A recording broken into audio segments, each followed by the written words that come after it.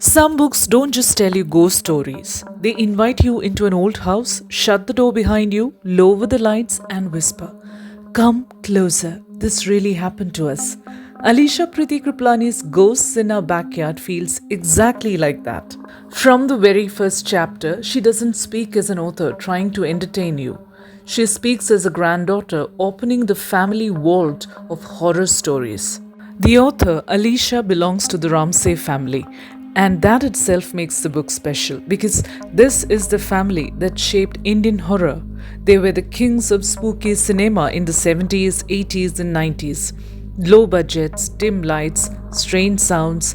The Ramsays knew how to make India scream. But here is the interesting part.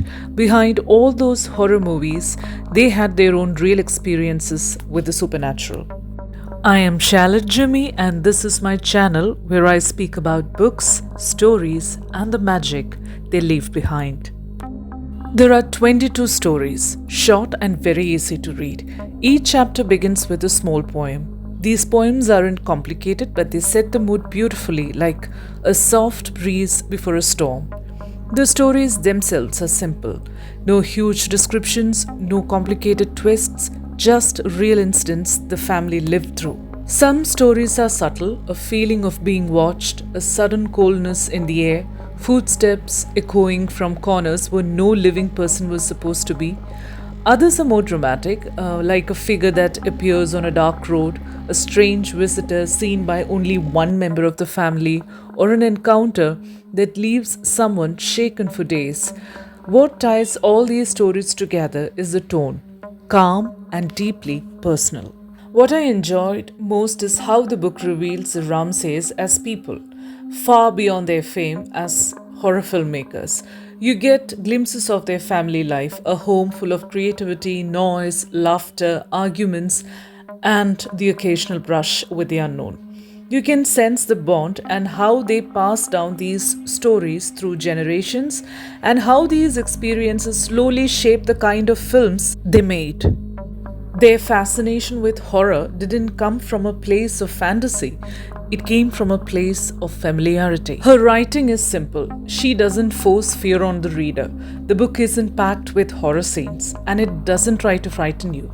Instead, it wraps you in a quiet mood, like a soft whisper of the unknown. Many readers say it's not too scary, and that's true, but it is the kind of book that stays with you. You remember small moments. To be honest, there are a few stories I still find a little hard to believe. Maybe they are true, maybe they are exaggerated, I can't say. For instance, an incident on the highway, the spooky figure in a white sari. It sounds straight out of a movie, but then again, who am I to question it?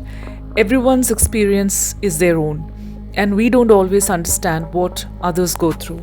But I'll tell you something. It's been a while since I read this book, yet the pictures it created in my mind haven't faded.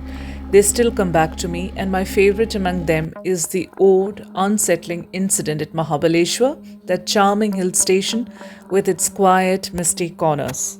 I am someone who loves watching and reading horror, but I still haven't gathered the courage for the really scary stuff.